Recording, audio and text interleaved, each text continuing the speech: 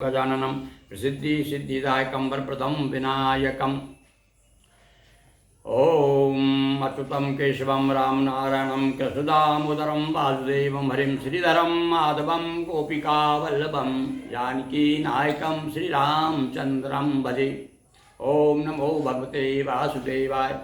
नर्मदा देव्यै नमः।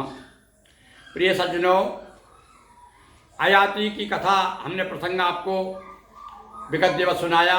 ये आयाति 5 भाई थे, ये नहुस के पुत्र थे और ये इसमें यति नाम का ये 5 भाइयों के नाम मैं आपको इसमें बता रहा हूँ कि नृपति नहुस का कह चुके हम पहले आख्यान। सहित आयाति प्राप्त थी इन्हें 5 संतान। आयाति के सहित तो 5 संतान थी राजा नहुस को। तो कौन कौन सी थी? यति आयाति संयाति महाना प्रतिव्याति 5 संताना। ये नहुस की 5 संतान है, यति आयाति संयाति और व्याति। और यति जो था सबसे बड़ा था, किंतु यति यानी सन्यासी होता है। इन्होंने वाकई में सन्यास ले लिया था और इनको जो है संसार भवकूप लगता था कि भाई इसमें नहीं पढ़ना है, संसार रूपी कुएं में नहीं गिरना है। इसलिए वो तो उसने कह दिया मुझे राज नहीं चाहिए। अतः राज करना ना चाहा तब यह कार्य आयाति निवाहा। और कथा आपको आयाति की बताइए। आयाति राजा हो गया और इसकी 2 रानियां थी, शर्मिष्ठा और देवयानी। ये कथा हम पहले आपको बता चुके। अब इनके दोनों के पुत्रों के नाम सुनिए। शर्मिष्ठा सुत अनु पुरु अरु दुह पुरु अनु, ये शर्मिष्ठा के पुत्र हैं। पुरु की कथा आगे बताइए हम आपको। इसी प्रकार देवयानी सुत तुर्वसु अरु यदु, और देवयानी के तुर्वसु और यदु नाम के पुत्र थे। पक्षपात्र पुत्री प्रति देखा शुक्र हृदय था क्रोध विशेषा। ये पक्षपात देखा उन्होंने अपनी पुत्री के प्रति कि ये शर्मिष्ठा को भी बहुत प्यार करने लगे हैं। इसलिए क्रोधित होकर के शुक्राचार्य जी ने श्राप दे दिया। शाप आया वृद्धापन पुत्रों से मांगा तब यौवन। जब उन्होंने कहा कि महाराज अरे आपकी पुत्री तो मेरी पत्नी है और आपने मुझे श्राप दे दिया, बूढ़ा बना दिया, तो आप तकलीफ नहीं रहेगी आपकी पुत्री। तब शुक्राचार्य ने कहा तुम ऐसा करो, किसी से भी यौवन ले सकते हो, जवानी ले सकते हो। तब इसने अपने पुत्रों से जवानी मांगना कहा। भाई मेरे सबसे पहले यदु से कहा तुम मुझे अपनी जवानी दे दो। तब पुरु पितु को यौवन दीना स्वयं ओढ़ वृद्धापन लीना।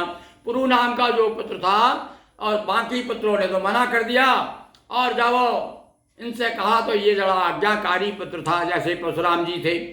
इसने भी जो है अपना कह दिया कहा पिताजी मैं तैयार हूँ, मेरी जवानी ले लो और आप बुढ़ापा मैं ओढ़ लेता हूँ।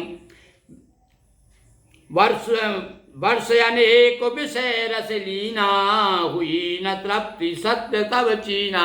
इस प्रकार आयाति ने अपनी जवानी पुत्र से लेकर के जब बहुत सुख भोगा, उसके बाद में जब उसको समझ में आया कि अरे तो सब निस्सार है, इससे कभी जीवन में तृप्ति प्राप्त नहीं होती। तब ये बात जब जानकारी हुई, लेते हुए विषय रस सोचा इच्छाओं ने बहुत दबोचा।